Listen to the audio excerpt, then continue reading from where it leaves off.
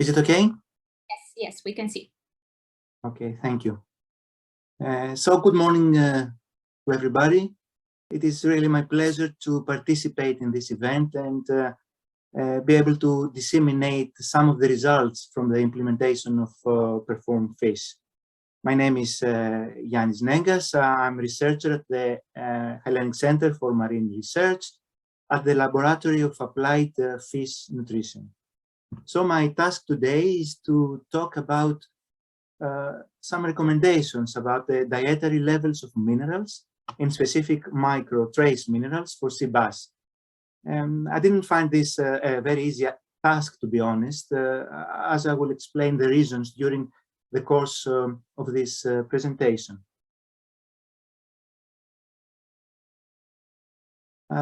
So what I will discuss is the results derived from task 412 of the project of 4 package 4 on the determination of recommended levels of specific nutrients for sea bass in order to maximize growth performance and feed utilization. I would like first to remind you some basic things about mineral nutrition and also to stress out a few differences and challenges that we face as nutritionists in mineral nutrition of aquatic species. I apologize if I will repeat some things that David already covered, but I guess this is the fate of the presenter, of the second presenter of a similar topic. So please bear with me. Aquatic animals, like all animals, require minerals to perform their vital physiological and biochemical functions, and of course to stay alive. Most of these essential minerals required for animals have been identified also in fish tissues, and their essentiality have been confirmed also in fish. 4 broad biochemical functions of microtrace elements are widely recognized. Is the catalytic function, structural, physiological, and also regulatory. So trace minerals act as catalysts in enzyme and other endocrine systems. They are integral but also specific components of the structure of metalloenzymes and hormones. They are activators, they are coenzymes within those systems, and more than 1/3 of all proteins require a trace element, cofactor for normal function. Also, numerous metalloenzymes are required for a wide range of metabolic activities, such as energy production, protein digestion, cell replication, and antioxidant activity. This informative slide I found in the internet, I think it's coming from a presentation by Zimpro, summarizes the role of each trace mineral in aquatic animal nutrition. The different trace elements play a significant role at all stages of the life cycle. So we can see that, for example, zinc, manganium, copper, and selenium are very important to support larvae, post-larvae fry and fingerling development. Also, these minerals play a significant role on fertility.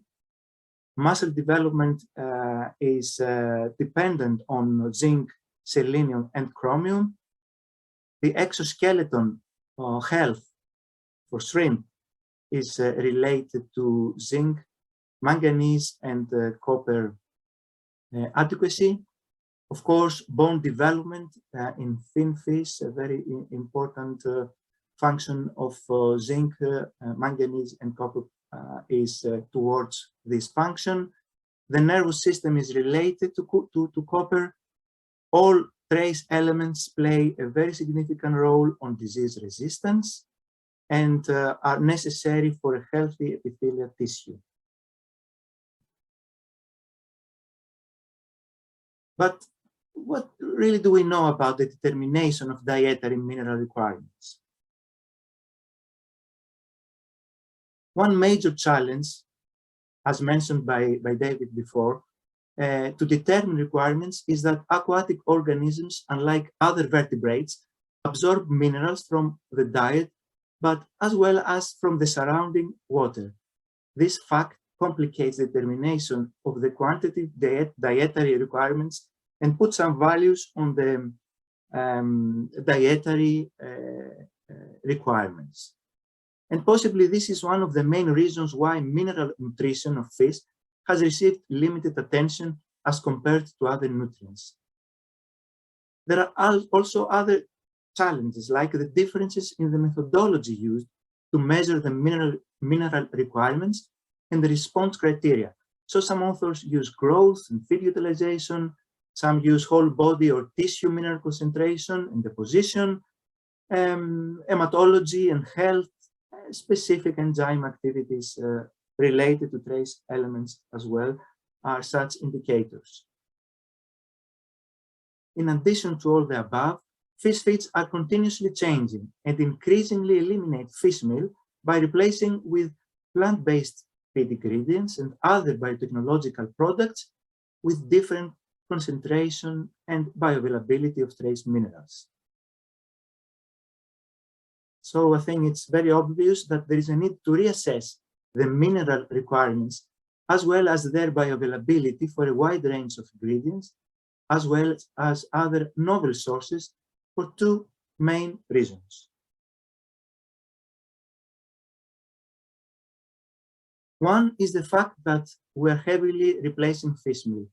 Fish meal is not only a source of protein and essential amino acids, but it brings with it marine lipids and energy, is a very good source of omega-3 fatty acids, is a source of phospholipids and cholesterols, and contain many bioactive unidentified micronutrients. But in relation to this presentation, fish meal is also a very good source. It's an excellent source of organic, bioavailable trace minerals.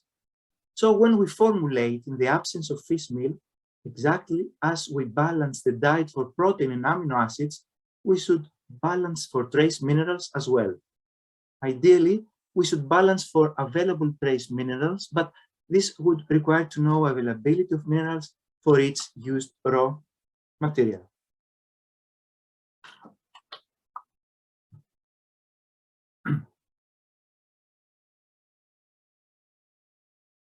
The second reason is that we usually determine mineral requirements in the sterile and hospitable environment of the lab.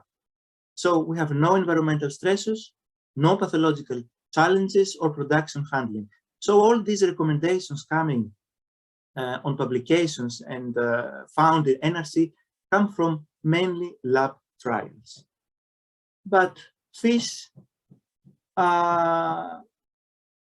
is not living in a lab, is kept in high densities, is facing a lot of challenges, is fed continuously with nutrient-dense feed. They are very often, continuously, I would say, pushed to their absolute growth limits. And not only this, but they live under very stressful conditions. They have to cope with environmental changes of temperature, oxygen, etc. They are daily handled, so they have to face this management stress. They are every day exposed to pathological agents, and also they are continuously in nutritional stress because of the frequency, but also the formulations of the modern diets. So all these facts massively interfere with production performance and alter fish physiology. So we need to support these organisms with trace elements, with vitamins, further to the published NRC values.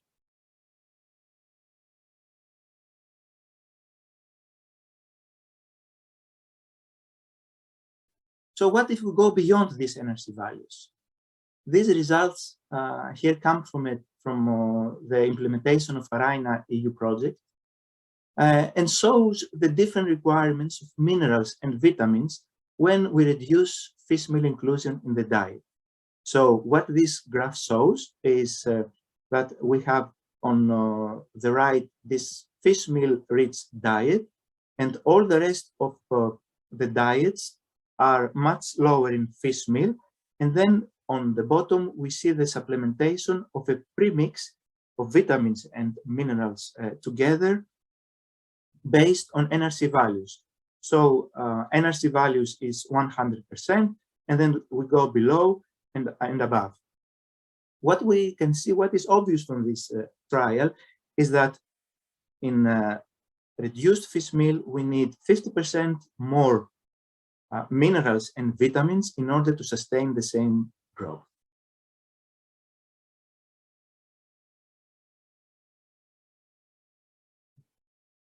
And there are some other problems. Okay, there are regulations in the EU on the inclusion of trace minerals in aquafeeds that limit the decision of the formulator to choose the concentration of specific trace mineral in accordance to the specific needs of the species and the formula used.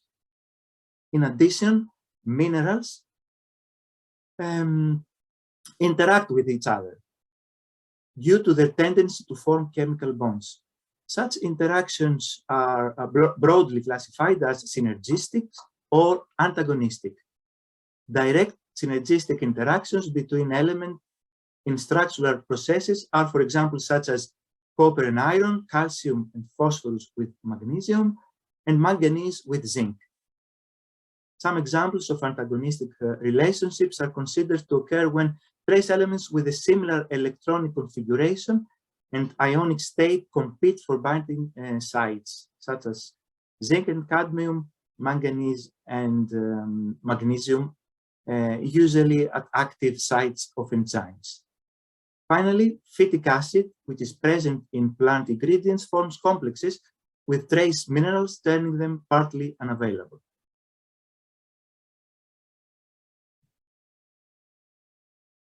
Also, mineral requirements are significantly affected by their bioavailability from different forms of feed ingredients.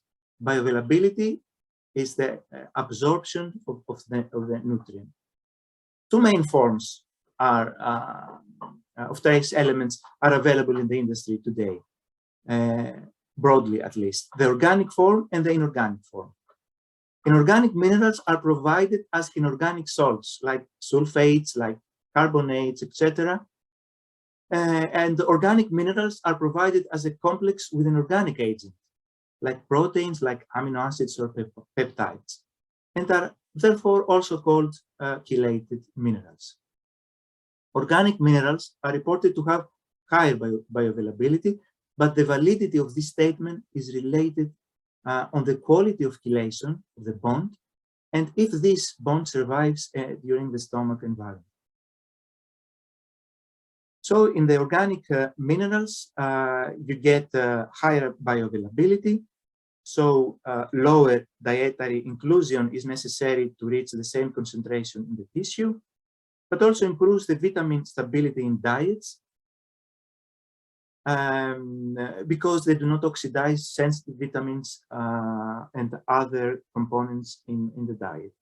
And of course, it's less produce less environmental pollution because more is sustained in the body, which is important for mainly the recirculating aquaculture systems. On the other hand, inorganic forms are very cheap to produce. That's why they are much cheaper than the organic, but they are reported to have limited absorption.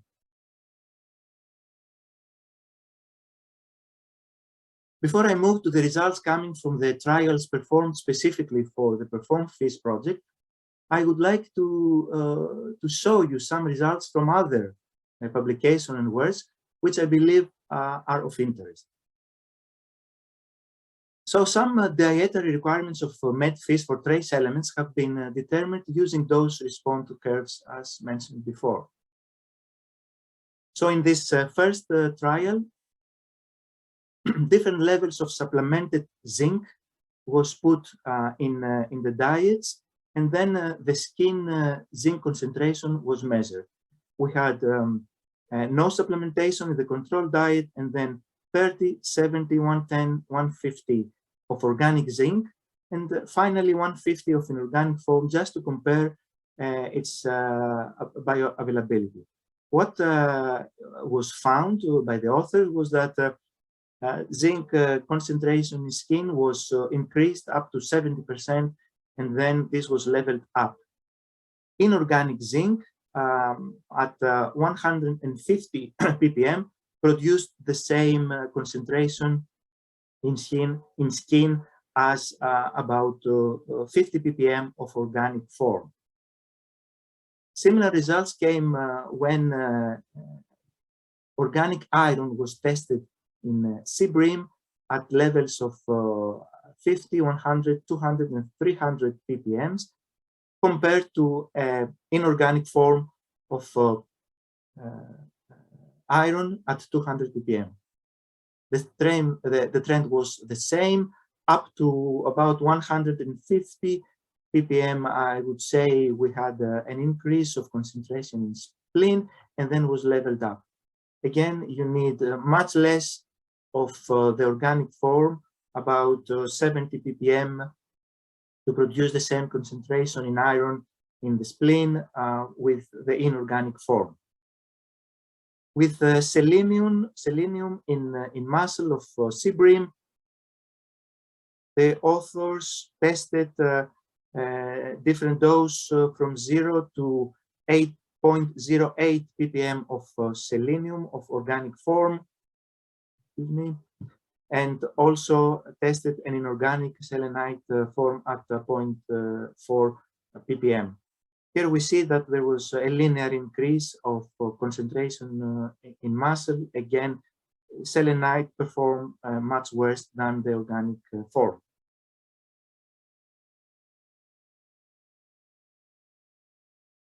A very interesting work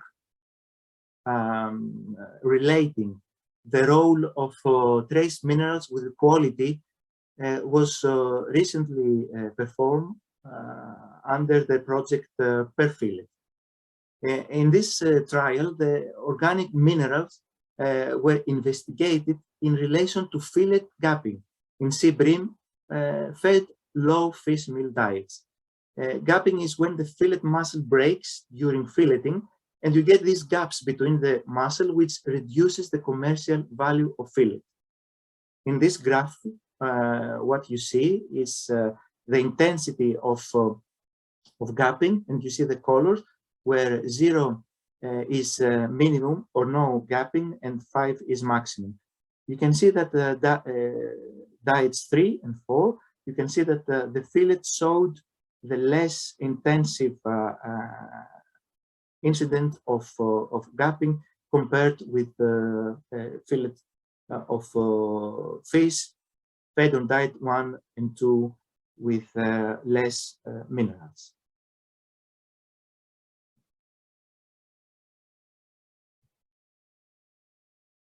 Again, very similar results are coming from another species, Atlantic salmon, which has a very big problem with gapping. And then here you can see the feed with medium fish meal, a feed with low fish meal, and the same low fish meal feed fortified with organic minerals.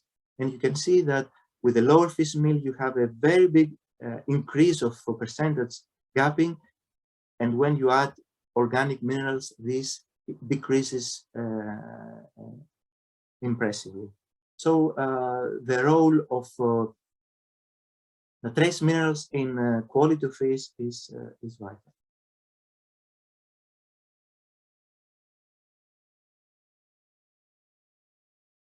Another very interesting work, again, is coming from Atlantic salmon. This is also a published work. Proves also that the role of trace minerals, and particularly organic trace minerals, on the ability of fish to cope under stressful conditions is very important. In this case, on the stress of low oxygen level. And in this case, we have a diet with inorganic minerals, and then a diet with organic minerals and also with excessive overdose organic minerals. What we see that under low oxygen, total FCR does not change, but very interestingly, the growth rate increases linearly with the inclusion and the overdose of organic minerals.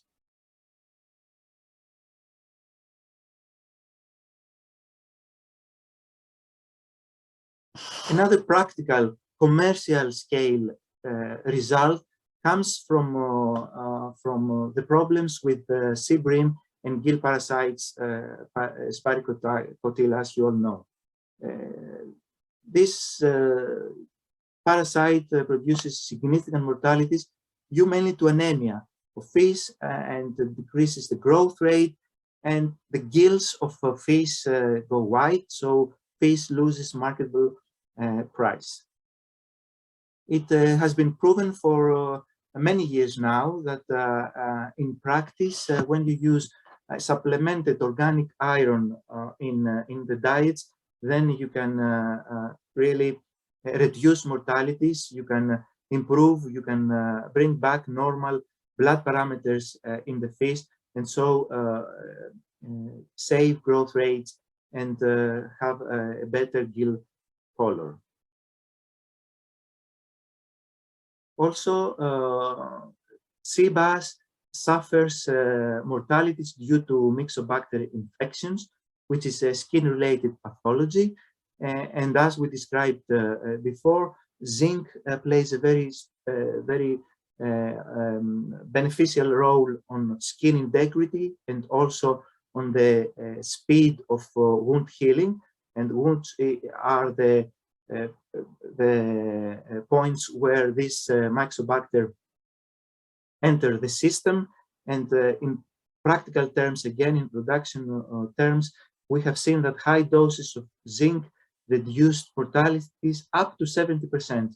Of course, I have to mention here that the zinc added in these diets were well above the EU limits, and this practice can only be implemented under pharmaceutical veterinary prescription.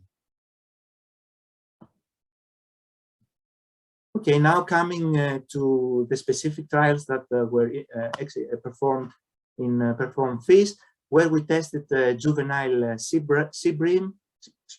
bass of an initial weight of 20 grams for 90 days. And we measured growth performance, feed utilization, protein efficiency, mineral deposition, and antioxidant and immune biomarkers. We used a different approach here. We didn't do dose response curves, and we used the results from our INA project for the best performing diet from this project. And we used a premix with 0.67 of selenium, 248 of iron, 17% copper, 60% manganese, and 170 not percent, all these are ppm, I'm sorry, zinc oxide. So we formulated 6 diets.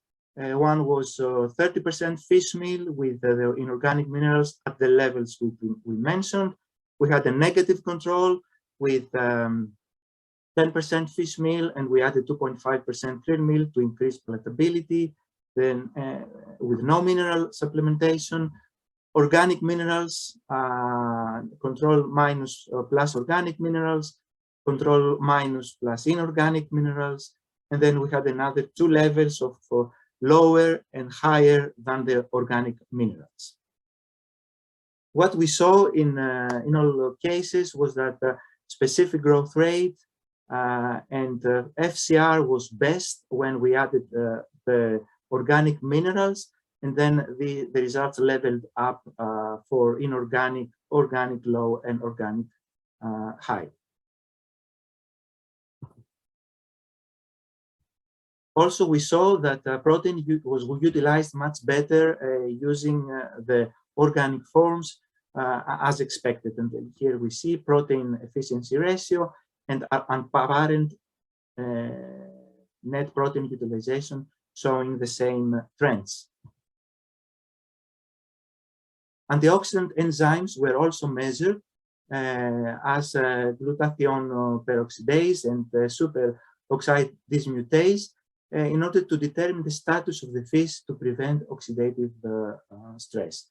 Here we see identical trends like before. A very big increase when fish were fed organic feeds for both enzymes. We also measured mineral tissue concentration for whole body.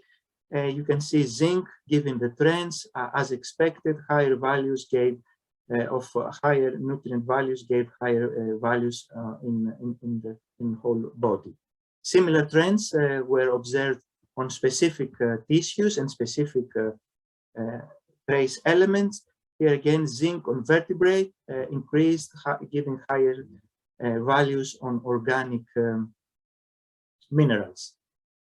Skin zinc as well, giving the best performance, the best deposition of zinc in the skin on organic fed diet.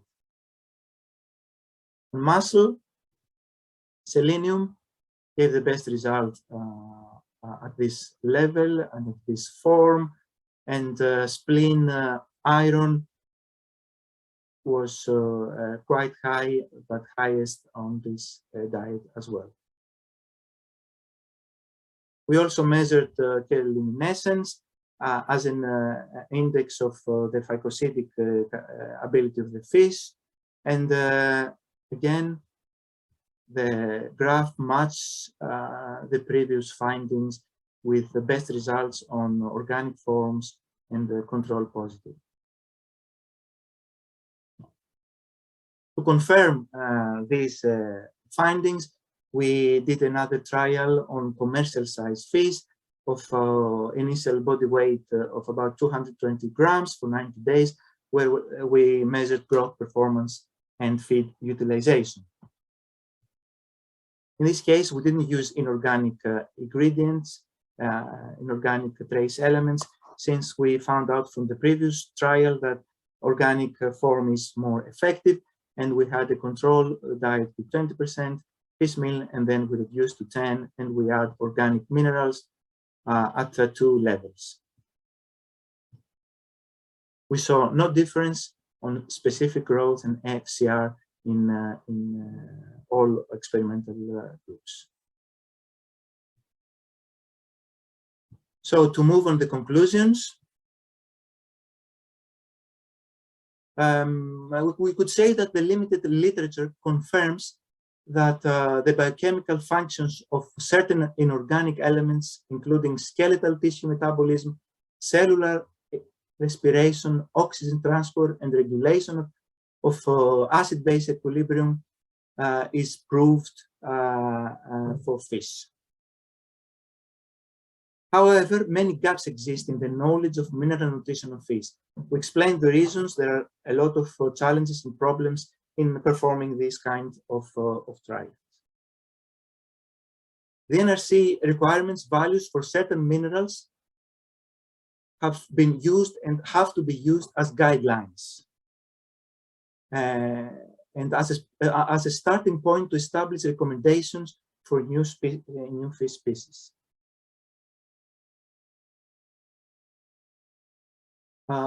There are also new forms of trace elements, like organic forms, like microencapsulated or nano nutrient encapsulated trace minerals, which needs to be assessed for their rate of absorption and potential impact of fish performance.